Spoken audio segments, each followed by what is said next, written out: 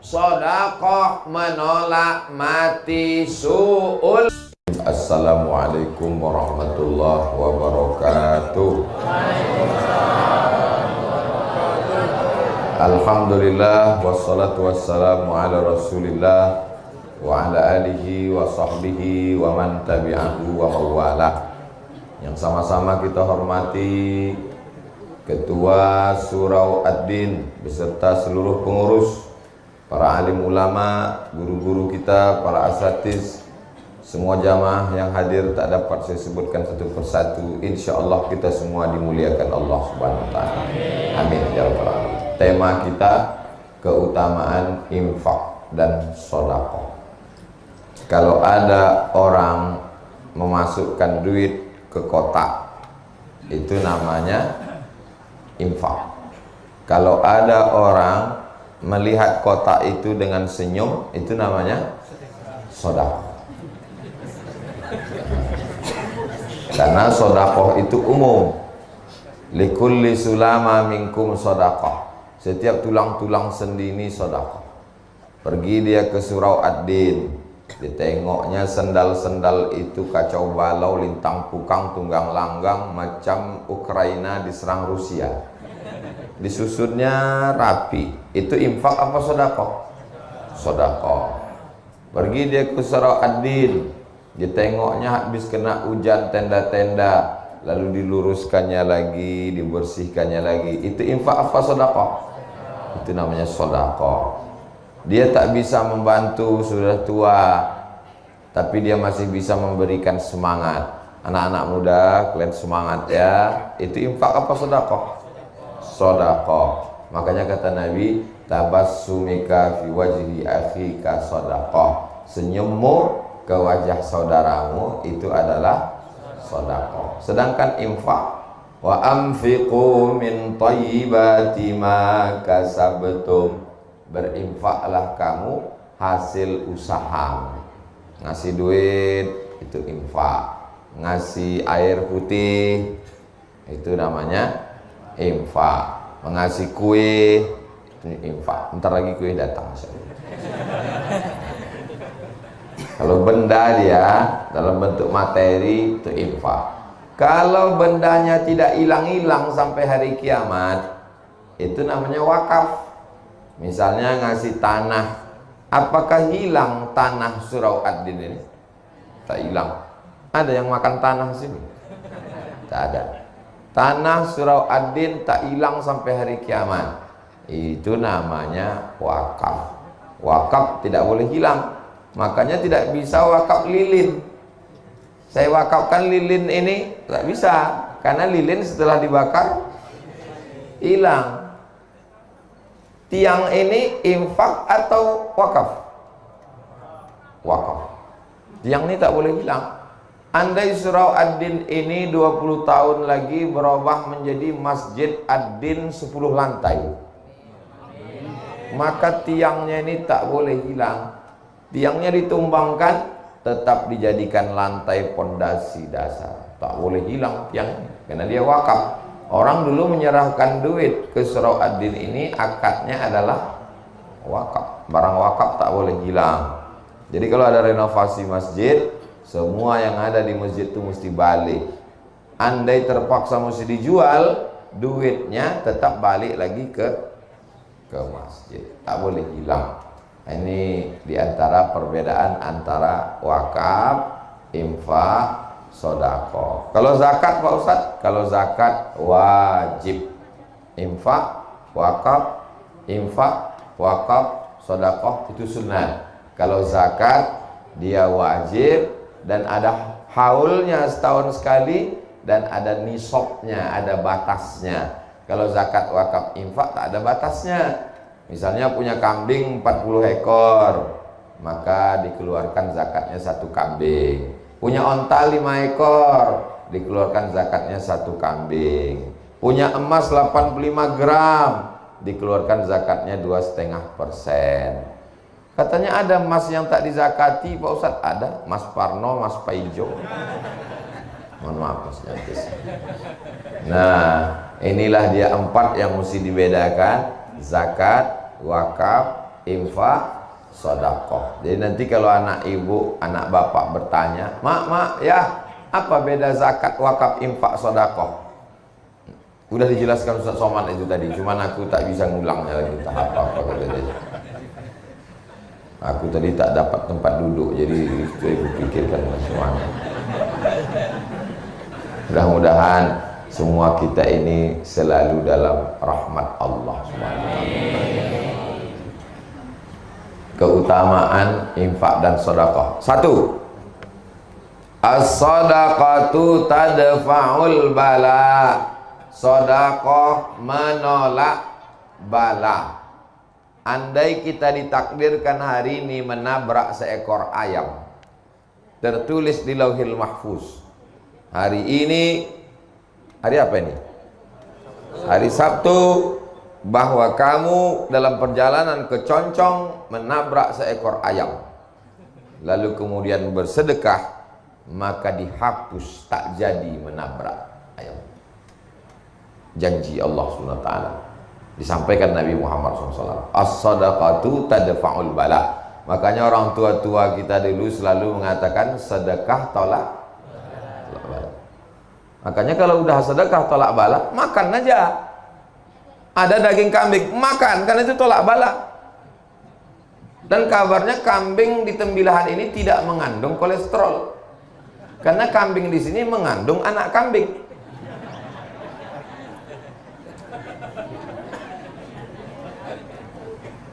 Kita selalu minta tangannya begini ya. Begitu tolak bala langsung berbalik. Allahumma dafa'anal ghala wal waba wal bala wal riba was suyufal mukhtalifata was syada'ida wal mihad.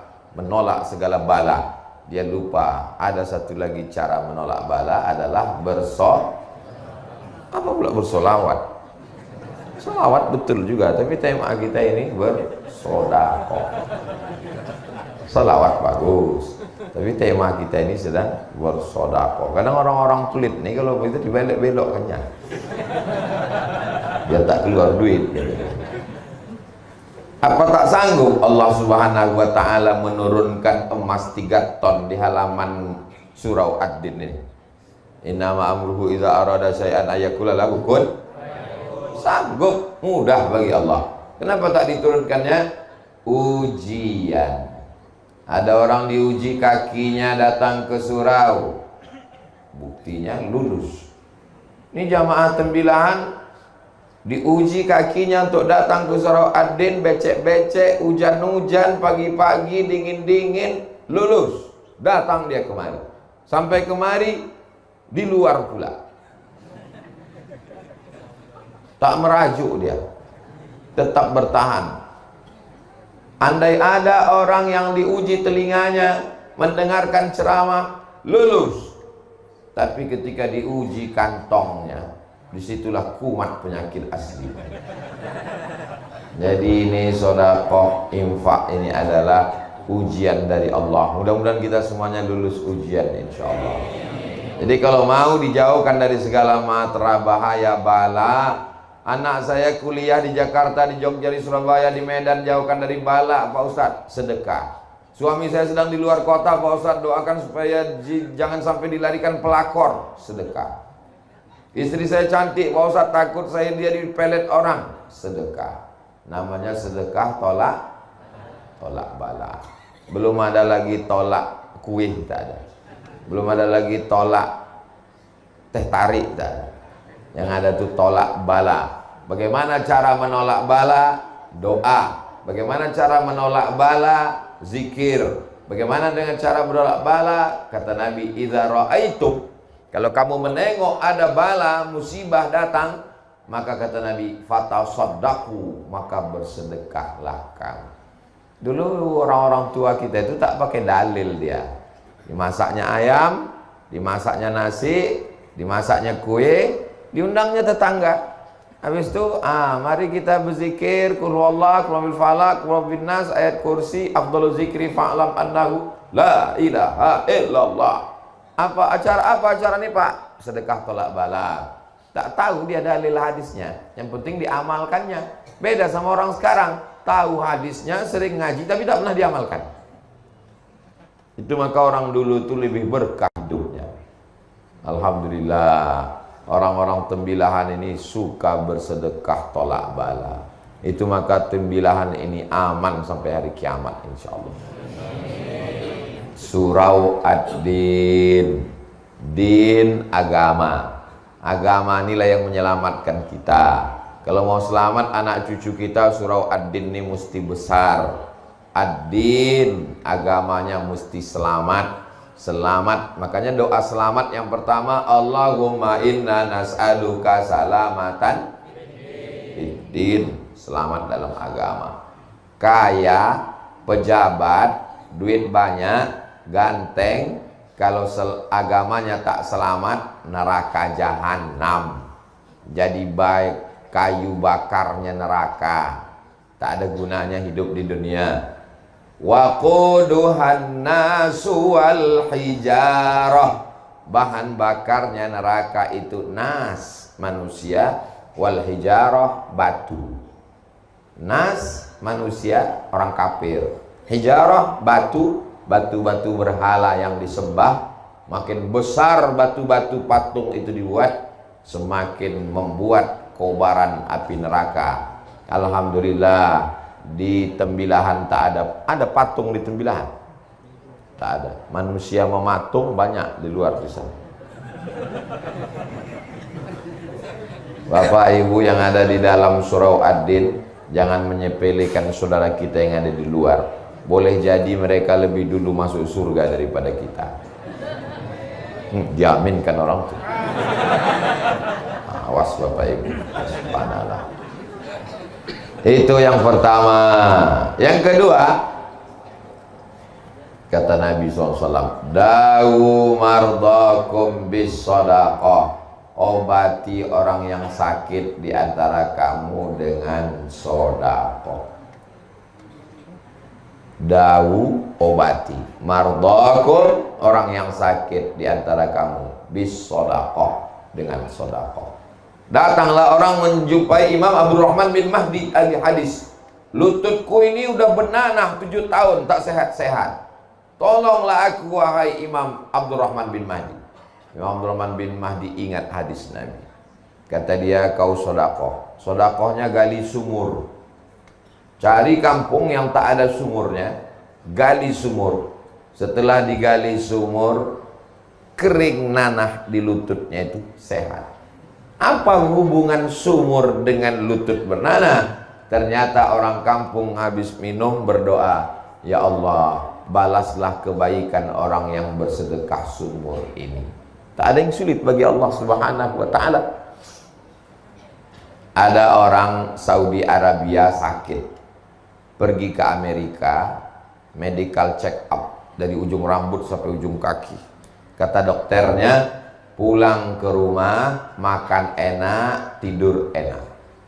Nanti mana tahu Bapak Ibu di Tembilahan periksa di rumah sakit, kata dokter, pulang ke rumah, makan enak, tidur enak. Itu artinya malaikat maut sudah dari Rengat menuju Tembilahan. Sudah tak ada obatnya. Malaikat maut sudah di jalan. Kata dia, tak ada obatnya lagi nih Bu, pulanglah. Ingat dia hadis Nabi, dawu mardakum bis sadaqah. Pulang dia ke Saudi Arabia, sedekah, sedekah, sedekah, sedekah, sedekah. Habis itu dia berangkat lagi cek terakhir. Heran dokter itu, kau makan apa? Biasa. Pakai herbal apa? Biasa, tak ada apa-apa. Tapi pesan Nabi kami, dawu mardakum bis sadaqah, berobatlah kamu dengan sedekah. Cerita ini disebutkan dalam kitab judulnya Gharaib wa Taraib Sa'ah wa Sa'ah. Diterjemahkan ke dalam bahasa Indonesia, semua ada saatnya. Penerjemahnya Abdul Somad. Cari bukunya di internet. Semua ada saatnya. Abdul Somad. Buku itu bestseller, tebal. Bapak Ibu yang dimuliakan Allah SWT. Waktu saya sampaikan hadis ini di salah satu masjid, dawu mardakum bis sadaqah, obati orang yang sakit di antara kamu dengan sedekah. Datanglah bapak-bapak ke tempat parkir. Ustaz Somad, hadis yang Ustaz sampaikan tadi betul. Memang betul lah. Mana pula hadis palsu ku sampaikan? Saya mengalami sendiri Pak Ustaz. Ah, gimana? Istri saya diponis dokter kena kista di dalam rahimnya sebesar duit logam. Kalau sudah kena kista, kista ini mesti dioperasi, dibuang sama-sama rahimnya. Kata dokter, ibu dalam rahimnya ada kista, mesti dibuang. Rahimnya hilang. Menangislah si ibu karena rahimnya hilang, tak bisa hamil lagi. Suaminya senyum. Ibu tuh ingat, yang lajang pula senyum, macam paham aja kalian. Ibu tuh ingat hadis Nabi, dawu mardakum bisadaqah, obati yang sakit dengan sedekah. Dia pun bersedekah, diundangnya anak yatim, fakir miskin. Lalu kemudian dia cek lagi, rupanya kista itu mengerut, hilang. Kata dokter, ibu nggak perlu operasi, rahimnya sehat dan bisa hamil lagi. Ibu itu tersenyum, bapak tuh pula menangis. Gagal. Ini hadis ini membahagiakan untuk ibu-ibu, tapi mengecewakan tuh bapak-bapak. Dawu mardakum bisadaqah, obati orang yang sakit dengan sedekah. Ini tema subuh ini luar biasa ini. Kenapa saya heran? Kenapalah surau Ad-Din ini judulnya keutamaan infak dan sedekah? Lama saya berpikir, rupanya surau ini punya utang 130 juta. Jadi nanti saya tidak mau dapat kabar hebat pengajian di surau Ad-Din kemarin. Gimana? Sampai jamaahnya melimpah tak dapat tempat duduk. Itu apa beritanya, layar di luar tuh biru aja?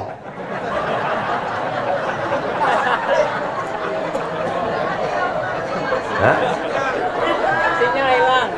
Yang anehnya layar tuh biru, bapak-bapak tuh tetap menengok layar. Saya heran, dari tadi orang tuh nengok ke sana, orang tuh nengok layar terus. Saya tengok sini, oh udah muncul. Mudah-mudahan bapak-bapak hilang lagi.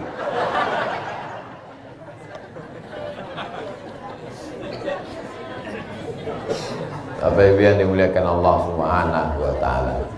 Kadang kita ceramah di masjid yang besar, megah, mewah, tapi jamaahnya tak ramah, tak ada senyum, mukanya ketat, orang-orang stres semua. Di surau Ad-Din ini kecil, tapi hati kita bahagia. Ternyata kebahagiaan itu tidak bisa diukur dari masjid yang besar atau di surau yang kecil. Kebahagiaan itu ada di dalam hati orang yang beriman. Saya yakin ini adalah orang-orang yang bahagia semua. Apa bukti bahagia? Lunaslah hutang surau Ad-Din. Bapak Ibu yang dimuliakan Allah, kita lanjutkan yang ketiga. Adik-adik tolong diingat, ini nanti akan keluar dalam UAS, ujian akhir semester. Ketiga, waktu orang sudah mati, masuk ke liang lahat, ditutup pakai papan, ditimbun dari atas. Setelah itu mobilnya pulang. Dan tak lama sesudah itu namanya di STNK BPKB berganti dengan nama orang lain. Diganti di kantor Samsat. Kenapa berganti? Karena Pak Polisi tak mau menangkap almarhum. Kalau tak percaya tanya sama Pak Polisi. Lalu kemudian rumahnya dijual, dibagi ke ahli waris. Istri dan anaknya di tepi kubur menangis, menetes air mata, berdoa Allahumma filahu. Habis itu pun pulang semua ke rumah. Wa yabqa wahidun, yang tinggal di kubur itu cuma satu. Yang satu yang mengalir itu yang disebut Nabi shadaqatun jariyah. Jariyah artinya mengalir sampai hari kiamat. Kalau membacakan Al-Fatihah mesti disebutkan ila ruhi fulan bin fulan Al-Fatihah, baru sampai. Tapi kalau untuk sedekah jariah, siapa yang berwakaf tanah Surau Ad-Din nih, saya tak tahu namanya. Tapi dari mulai ayat yang saya baca jadi imam tadi, tausiah, zikir dan doa, mengalir pahalanya ke orang yang berwakaf Surau Ad-Din sampai hari kiamat. Zuhur, asar, maghrib, isya, i'tikaf, salat Ramadan, tarawih, mengalir. Itulah yang diingin-inginkan orang mati, mendapatkan pahala yang tak putus. Ibu-ibu masih ada wirid Yasin? Ada. Begitu pas, jangankan mati, maaf cakap, sedang halangan aja udah tak datang. Ibu anu kok nggak datang? Ya dia belum bisa datang. Kenapa? Anaknya masih kecil. Oh, ibu yang satu lagi anaknya kan udah besar. Anak yang besar tuh pula menitipkan anak kecil. Dulu tak datang wirid Yasin menjaga anak, sekarang tak datang wirid Yasin menjaga cucu. Belum lagi mati udah berhenti wirid Yasin. Tapi ada yang mengalir sampai hari kiamat. Itulah dia shadaqatun jariyah. Bapak ibu mau dapat amal mengalir sampai hari kiamat tak putus? Lunaskan hutang Surau Ad-Din. Ini memang iklan ini setiap 5 menit kali mesti diulang terus. Jadi ingat dia. Yang keempat, orang-orang mati itu ditanya sama Allah. Orang mati itu bisa tak ngomong? Tak bisa. Oh, jadi pas malaikat menanya, "Marrabbuka?" Tak bisa. "Man nabiyuka?" Tak bisa. "Ma kiblatuka?" Tak bisa. Orang mati itu bisa tak bicara? Bisa. Kenapa kita tak mendengar? Kalau sampai kita dengar, mati kita. Allah sayang sama kita. Mau kesini pula duluan infaknya.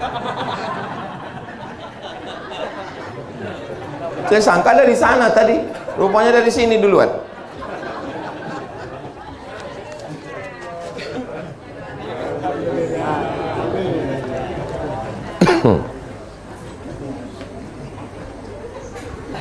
Saya walaupun pakai kain tetap pakai celana di dalam. Itu makan dompet saya di dalam. Orang-orang mati itu ditanya Allah Subhanahu wa ta'ala, "Hei mayat-mayat, jenazah-jenazah, maukah kalian hidup lagi?" Ditanya Allah Ta'ala. Apa kata orang mati itu menjawab? Jawabannya ada dalam Al-Quran. "Laula akhartani ila ajalin qarib." Tolonglah kasih aku hidup walaupun semenit saja. Kalau ku kasih kau hidup semenit, kau mau apa jenazah? Apa kata jenazah? Fa asaddaqa wa akum minas salihin. Ternyata jenazah itu jawabannya satu. Kalau kau kasih aku hidup ya Allah, aku mau bersedekah. Kenapa jenazah itu tak menjawab? Hidupkan aku mau haji. Hidupkan aku mau tahajud. Hidupkan aku mau kawin lagi.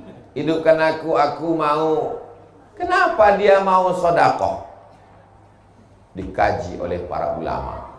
Karena pahala yang langsung mengalir ke kubur adalah pahala sedekah. Begitu meninggal, langsung mengalir kerannya ke kubur liang lahat. Orang-orang yang berwakaf Surau Ad-Din ini, kalau hidup dia dimudahkan Allah segala urusannya. Kalau dia sudah meninggal, dilapangkan kuburnya sejauh mata memandang. Dijadikan makam liang lahatnya salah satu dari taman-taman surga. Dijauhkan kuburnya dari lubang-lubang neraka. Maka usahakan kalau bisa. Kalau tak bisa ya tak apa-apa. Saya kan ustadz, saya tidak bisa memaksa. Saya tidak bisa bawa pedang subuh ini lalu sedekah. Kalau tak sedekah aku pancung nanti. Oh, tak bisa. Ini ustaz radikal, kepala kau kena pukul. Ustaz itu artinya da'i. Da'i itu hanya mengajak. Saya mengajak Bapak Ibu, tak ada untungnya untuk saya. Kumpulkan duit Bapak Ibu, nanti akan saya bawa ke Pekanbaru untuk bangun pesantren saya. Abdul Somad tak begitu. Mengajak jamaah ngumpulkan duitnya untuk bangun pesantren Jil As-Salamah. Kumpulkan duit orang tembilahan, duitnya untuk membangun pesantren Hayatul Quran. Kumpulkan duit jamaah subuh untuk bayar utang Surau Ad-Din. Bukan duit orang tembilahan dibawa ke Pekanbaru untuk membangun pesantren, menyelesaikan masjid Ustaz Somad.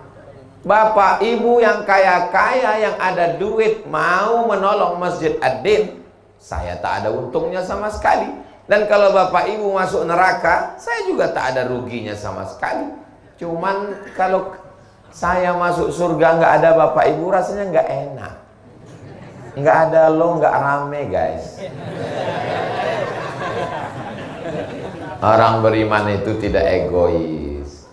Orang beriman itu kalau masuk surga, dia tidak hanya sekedar jumpa bidadari, makan, minum, dak. Yang pertama dia tanya, kawanku di Surau Ad-Din dulu mana? Kemana kawanku yang ada di Surau Ad-Din dulu? Rupanya orang Surau Ad-Din sudah masuk surga Jannatul Firdaus semua, insyaallah. Amin. Sebagaimana kita bersama di Surau Ad-Din, begitu juga lah nanti kita bersama Rasulullah Sallallahu Alaihi Wasallam. Saya yakin dan percaya Surau Ad-Din ini nanti ke depannya besar karena lapangannya masih luas, berubah menjadi, ini dekat dari masjid, jauh. Nah, kalau dekat dari masjid dia tak bisa dua masjid berdekatan Jumat kalau jamaahnya tak cukup, apalagi dalam mazhab Syafi'i yang ketat. Tapi kalau masjid jauh, ini dirubah nanti ke depan lebih besar, ada MDA-nya. Kalau tak bisa ke samping, ke atas. Kalau tanahnya luas, ke samping. Kalau tanahnya tak luas, naikkan bangunan ke atas. Di Pontianak, Kalimantan Barat, ada masjid Ustadz Lukman. Di pemukiman saudara kita Tionghoa, tak bisa lagi ke samping, dinaikkan ke atas. 6 lantai masjidnya. Bisa. Di lantai atasnya ada kantor, takut pula tersangkut di kipas. Di lantai atasnya ada hotel, dibuat hotel bintang 5. Di atas lantai atasnya ada ruang pertemuan convention hall. Di bawahnya masjid. Bisa saja, di Mesir banyak begitu. Di bawah masjid, di atasnya hotel, di atasnya kondominium, di atasnya apartemen. Bisa saja ke depan, di bawahnya masjid Surau Ad-Din, di atasnya adalah hotel, di atasnya kantor. Hotelnya hotel syariah. Sehingga Ustaz Somad nanti kalau ceramah ke Tembilahan, ustadz-ustadz yang datang dari Pekanbaru, dari Banjarmasin, dari Banjarbaru, yang datang ke Tembilahan, dia tidak lagi tinggal di hotel, tapi tinggalnya di hotel syariah di atas Surau Ad-Din, insyaallah. Amin. Kira-kira Ustaz Somad dapat tak amal jariahnya? Dari bunyinya macam-macam tak setuju. Bapak Ibu yang dimuliakan Allah, saya datang ke Surau Ad-Din ini menumpang tuah. Kalau kata orang Melayu, menumpang tuah. Yang bertuah itu orang Surau Ad-Din. Datang saya menumpang tuah, sehingga kalau mengamal amal jariah dapat setetes dari Jilus Salama, dapat setetes dari Surau Ad-Din, dapat setetes. Tah dari mana amal jariah mengalir itu? Mana kita tahu? Kita tak tahu tah mana doa orang-orang yang soleh, yang ikhlas ini yang menembus pintu langit sehingga kita masuk ke dalam surga Allah. Makanya jangan kita zolimi orang, jangan aniaya orang, jangan susahkan orang. Termasuk ceramah jangan panjang-panjang. Udah tahu orang tegak berdiri, panjang-panjang ceramah, tak didoakan orang nanti. Iya kan, Bo? Iya kata Ibu tuh. Makanya Ustadz Junaidi tadi udah dibatasinya 6.15 selesai. Supaya apa? Supaya Bapak Ibu yang di luar, yang basah kena hujan, dia tahu, ditengoknya handphone. Oh, jangan kita bubar, 5 menit lagi, sabar-sabar. Kalau banyak orang ceramah sekarang tak tahu selesainya entah jam berapa. Akhirnya langsung dia update status, kapan berakhir penderitaan ini. Berikutnya yang ke memang kalau belum sarapan nih susah ingat memang. Berikutnya yang kelima. Yang kelima, Bu. Nah, setelah kita masuk ke liang lahat, mengalir dapat amal jariah, akhirnya ditiupkan sangkakala. Waktu ditiupkan sangkakala, bangkit kita dari kubur. Idza samaa'un fatarat, langit terbelah. Wa idzal kawakibun tasarat, planet bertabrakan. Wa idzal biharu fujjirat, air laut naik ke darat. Wa idzal quburu bu'athirat, semua yang dikubur dibangkitkan. Bangkitlah kita semua dari kubur. Tidak ada atap, tidak ada tenda. Tukang penyewaan tenda pun mati tak bawa tenda. Gunung-gunung Pak Ustadz, wa takunul jibalu kal'ihnil manfush, gunung-gunung macam bulu kambing dihembus angin. Lalu di mana kita bernaung? Yang kelima, kullu mri'in tahta zilli shadaqatihi, orang nanti akan bernaung di bawah sedekah. Jadi kalau ada di antara bapak ibu yang bersedekah 50 juta, utang 130, dikasihnya 50, itu nanti di padang mahsyar atapnya itu terbuat dari beton. 30 juta itu betonnya setebal inilah. Dia santai. Pas santai, itu yang santai itu siapa? Itulah orang Tembilahan itu. Yang kaya itu. Kalau yang bersedekah 10.000 Pak Ustadz, payung lah. Datang angin kencang naik dia ke atas. Kalau yang 5.000 Pak Ustadz, kardus. Kalau yang 2.000 Pak Ustadz, koran. Kalau ada yang mau masukkan tadi ke kresek tadi 2.000, nah nanti nampak tuh di akhirat. Nah itu udah dia.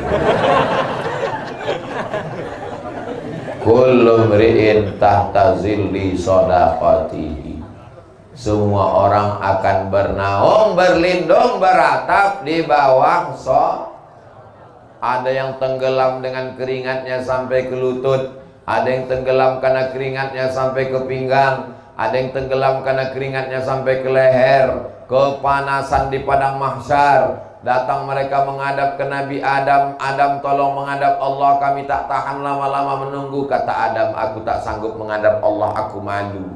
Dulu kata Allah, jangan makan buah kuldi, ku makan juga. Datang mereka menghadap ke Nabi Nuh. Kata Nabi Nuh, aku malu menghadap Allah, karena anakku Kan'an mati tenggelam kafir.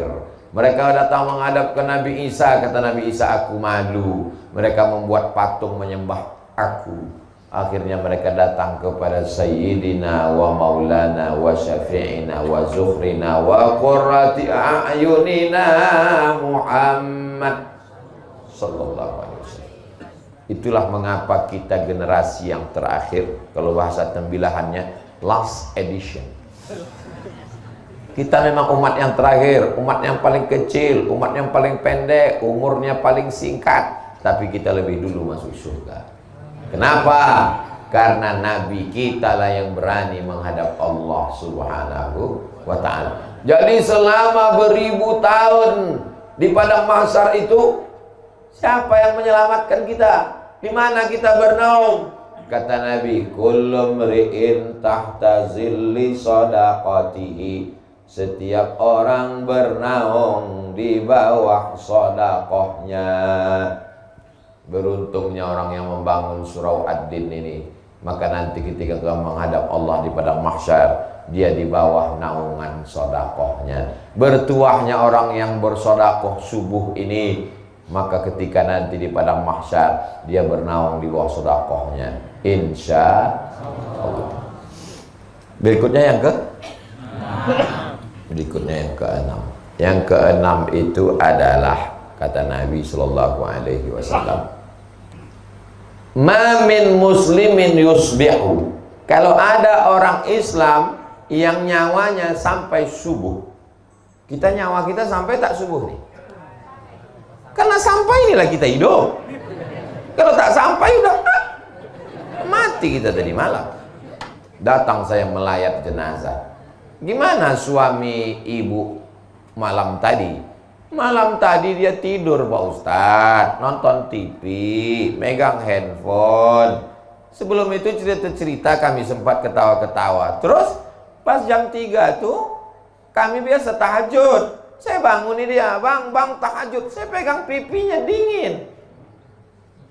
Rupanya udah meninggal jam 1 tuh Pak Ustadz. Biasanya yang mati mendadak itu kena serangan jantung. Jantung ini kan asal berhenti jantung tuh berdegup, mati. Mana pernah kita dengar si anu meninggal kenapa? Kena kurap. Mana ada? Saya serius ini.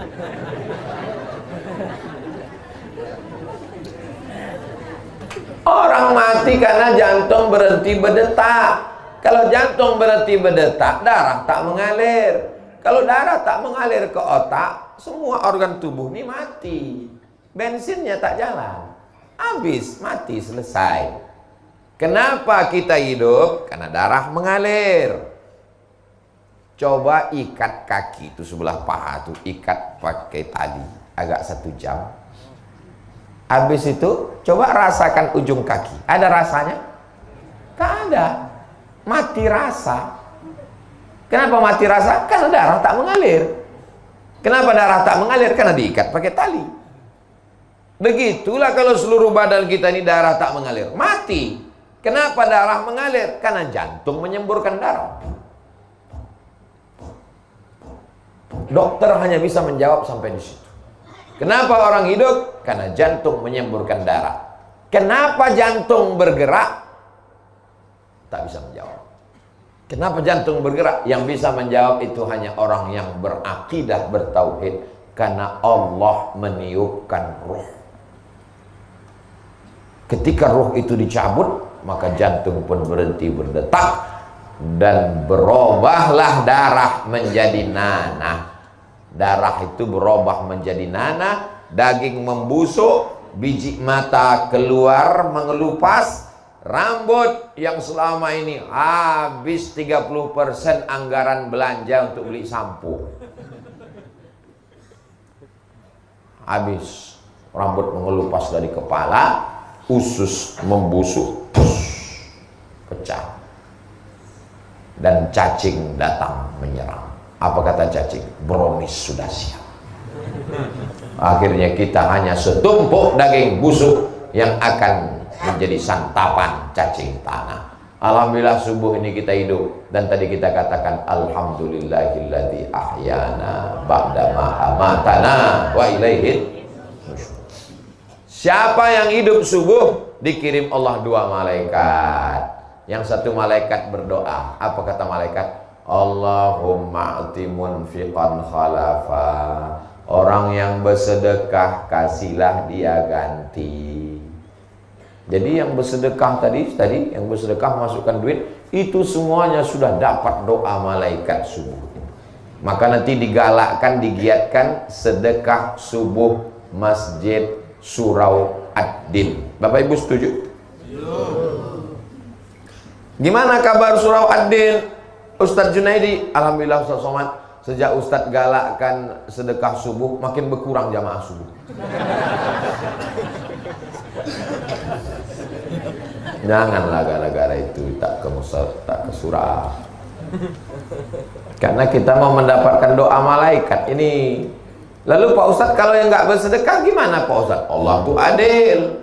Yang nggak bersedekah dikirim Allah malaikat satu lagi. Berdoa juga, didoakan juga. Bunyi doanya, Allahumma ati mumsikan talafa. Yang tak bersedekah binasakanlah dia. Jadi yang tak bersedekah tadi, yang waktu kok kresek lewat dia pura-pura khusyuk mendengar pengajian. Saya terus terang tak bisa membela, kalian tengok aja lah nanti sampai sore. Biasanya binasanya itu berawal dari pertama sendal hilang, habis itu helm hilang, terus lama-lama laki hilang. Doa malaikat itu pasti kabul. Ini hadisnya sahih nggak Pak Ustaz? Hadisnya ada dalam Sahih Al-Bukhari, ada dalam Sahih Muslim. Hadis tersahih dalam Ahlus Sunnah wal Jamaah. Allahumma a'ti munfiqan khalafa. Setiap subuh. Tapi subuh ini saya nggak bawa uang Pak Ustaz. Cincin kami terima. Mana kresek kita? Bawakan sekali lagi. Banyak ibu-ibu ini yang mau ngasih cincin, jam. Besok jalan sekali lagi Pak. Ada kunci motor, masukkan. Kunci berangkas, masukkan. Saya melihat orang Mesir bersedekah. Begitu dibawakan goni beras, langsung orang Mesir, ibu-ibu, emak-emak Mesir itu membuka cincinnya, rantainya, gelangnya, masuk semua. Tengah saya nengok. Begitu dibuat di Indonesia, mereka buka carinya mana yang paling kecil. Oh, enggak jadi. Ada satu yang masukkan, begitu dibawa ke toko Cina, ayah imitasi lah. Kecuali di Tembilahan. Tembilahan ini orangnya orang-orang radikal. Pulang sholat Jumat di Masjid Al-Huda kemarin, saya posting 2 video. Susah mau keluar masjid. Di tempat lain biasa, mau lewat-lewat lah. Di sini luar biasa. Pondok pesantren bertumbuhan. Maulid paling ramai Tembilahan, Indragiri Hilir. Orangnya orang-orang militan. Misalnya kan saya yakin ini utang Adin ini lunas subuh. Pokoknya apapun judulnya, ujungnya utang ini lunas. Berikutnya yang ketujuh. Yang ketujuh adalah bahwa Nabi Shallallahu Alaihi Wasallam mengatakan, shadaqatus sirri tadfa'u mitatasu. Sedekah menolak mati su'ul khatimah. Jangan bangga dengan zikirmu, jangan bangga dengan amalmu, jangan bangga dengan ibadahmu, karena kau belum tentu selamat kalau mati dalam keadaan su'ul khatimah. Kita mau mati dalam keadaan husnul khatimah. Anak kita yang membisikkan ke telinga, la ilaha illallah. Iya kalau matinya di rumah, kalau matinya di pesawat, kalau matinya di rumah sakit, ruang ICU, security pun tak boleh masuk. Yang bebas masuk cuma malaikat maut. Kalau matinya dalam kecelakaan lalu lintas, nauzubillah, siapa yang membisikkan ke telinga kita la ilaha illallah, tapi ada orang yang dijamin matinya husnul khatimah. Siapa dia? Orang yang bersedekah. Yang bersedekah untuk hutang surau ad-din ini. Ini semuanya mati husnul khatimah. Yang 100.000 husnul khatimah. Yang 50.000 husnul khatimah, yang 2.000 setengah-setengah.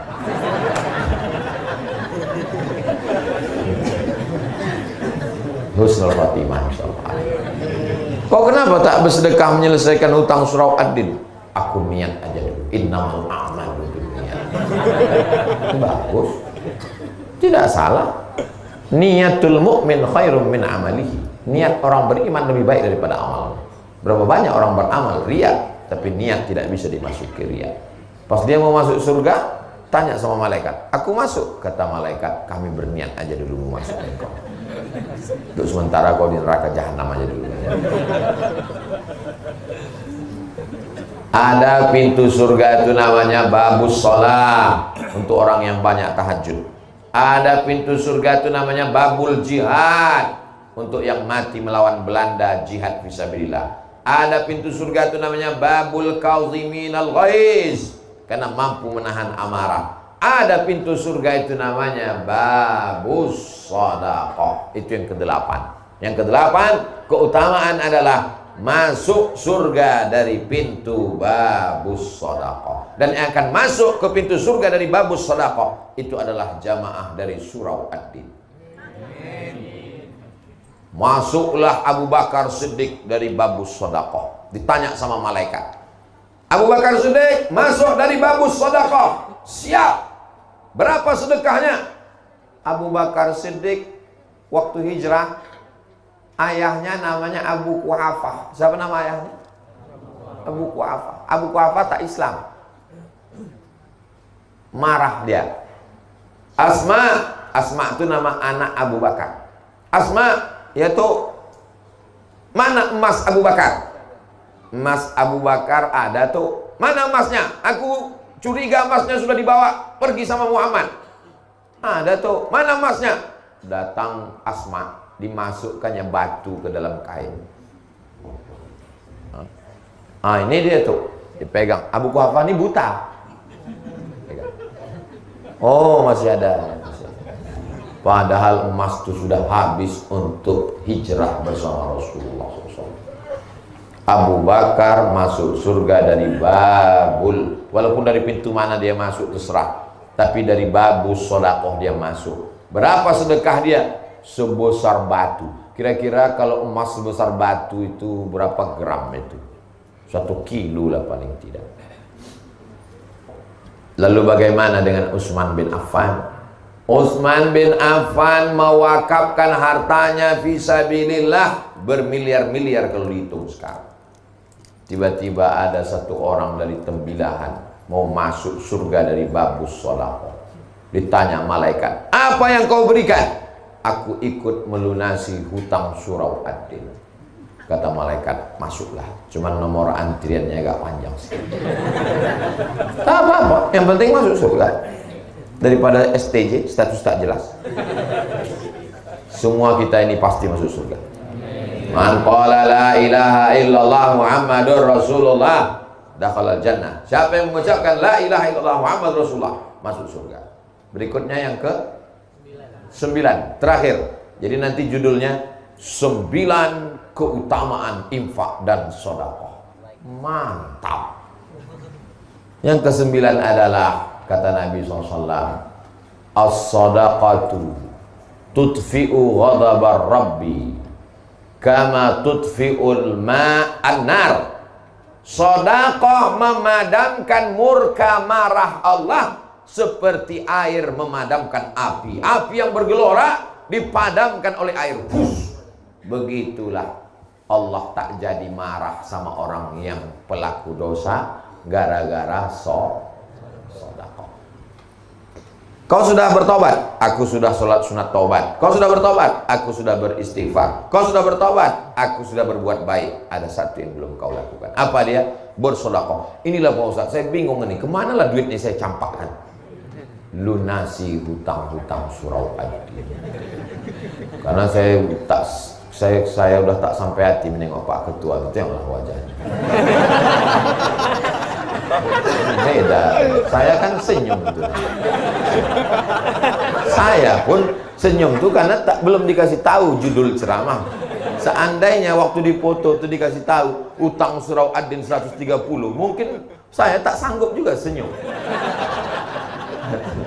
Tapi insya Allah sekali lagi nanti saya datang ke surau ad-din ini akan ada secercah senyuman dari Pak Ketua.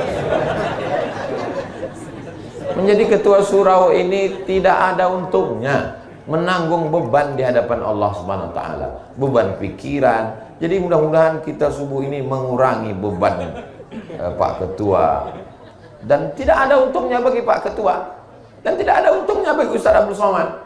Ini semuanya adalah untuk bekal kita nanti menghadap Allah Subhanahu wa taala. Itulah yang dapat saya sampaikan pada subuh ini. Jangan kemana-mana, kita lanjutkan setelah yang satu ini. Hah? Langsung doa. Oh, ala hazihin niyah. Mudah-mudahan keluarganya diberi sakinah mawaddah warahmah. Anak-anak soleh dan soleh. Suami yang belum dapat hidayah, dibukakan pintu hidayah. Istri yang belum bertudung, belum sholat, dibukakan pintu hidayah. Negeri kita dijadikan baldatun thayyibatun wa rabbun ghafur. Ala hadhihi niyah al-Fatihah.